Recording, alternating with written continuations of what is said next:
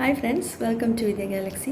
விசிஆரில் காரில் போகும்போது பெண்களுக்கு ஏற்படும் பாதிப்பு, பள்ளி கல்லூரிகள் வளாகத்திலேயே பெண்களுக்கான பிரச்சனைகள், இதெல்லாம் கடந்த சில மாதங்களாக ரொம்ப அதிகம் ஆகிட்டே வருது. இதுக்கு என்ன தான் தீர்வு? ஒரு பிரச்சனை நடந்துடுச்சு அப்படின்னா அரசாங்கம் இருந்தாலும் போலீஸ் இருந்தாலும் இங்கே நம்மளுடைய சேஃப்டியை நம்ம தான் பார்த்துக்கணும்.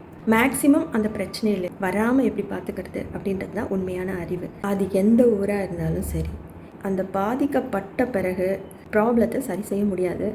யாருமே நம்மளுக்காக ஹெல்ப்புக்கு வரமாட்டாங்க. நடந்த விஷயத்தை பொலிட்டிசைஸ் பண்ணுறதுக்கு தான் நிறைய பேர் இருக்காங்களே தவிர, பிரச்சனையே திருப்பி போடுறது, திருச்சி பேசுகிறது இப்படி தான் இருக்கே தவிர, பாதிக்கப்பட்டவங்களுக்கு எந்த ஒரு சொல்யூஷனும் கிடைக்கிறதுக்கு சான்ஸே இல்லாமல் இருக்குது இப்போ உள்ள நம்மளுடைய நிலவரம்.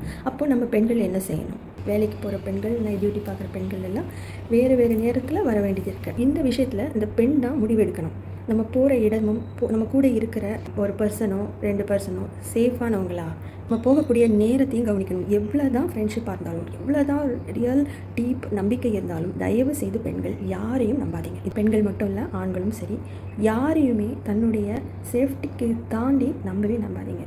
பெற்றோர்களை தவிர நம்ம யாரையுமே நம்பக்கூடாது. ஆனால் வேலை செய்கிற இடத்துல இருந்து எல்லாத்துக்கும் பெற்றோர்கள் கூடயே வந்துட்டு இருக்க முடியாது. அப்போது நம்மளுக்கு அந்த பகுத்தறிவு இருக்கணும்.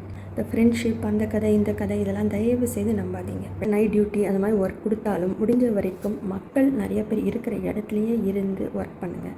நைட்டில் வெளியில் ட்ராவல் பண்ணணுன்ற ஒரு சுச்சுவேஷன் வந்துச்சுன்னா தயவுசெய்து அதை தவிர்க்கிறதுக்கு பாருங்கள். ஏன்னா பெண்களுக்காகவும் சரி, பாதிக்கப்பட்ட யாருக்காகவும் சரி, ஹெல்ப் பண்ணுறதுக்கு இங்கே யாரும் இல்லை. வாயில் கிடச்ச அவள் மாதிரி தான் அந்த பிரச்சனையை எல்லாரும் நின்றுட்டுருப்பாங்க. நம்மளுடைய பாதுகாப்பு நம்ம கையில். நன்றி, வணக்கம்.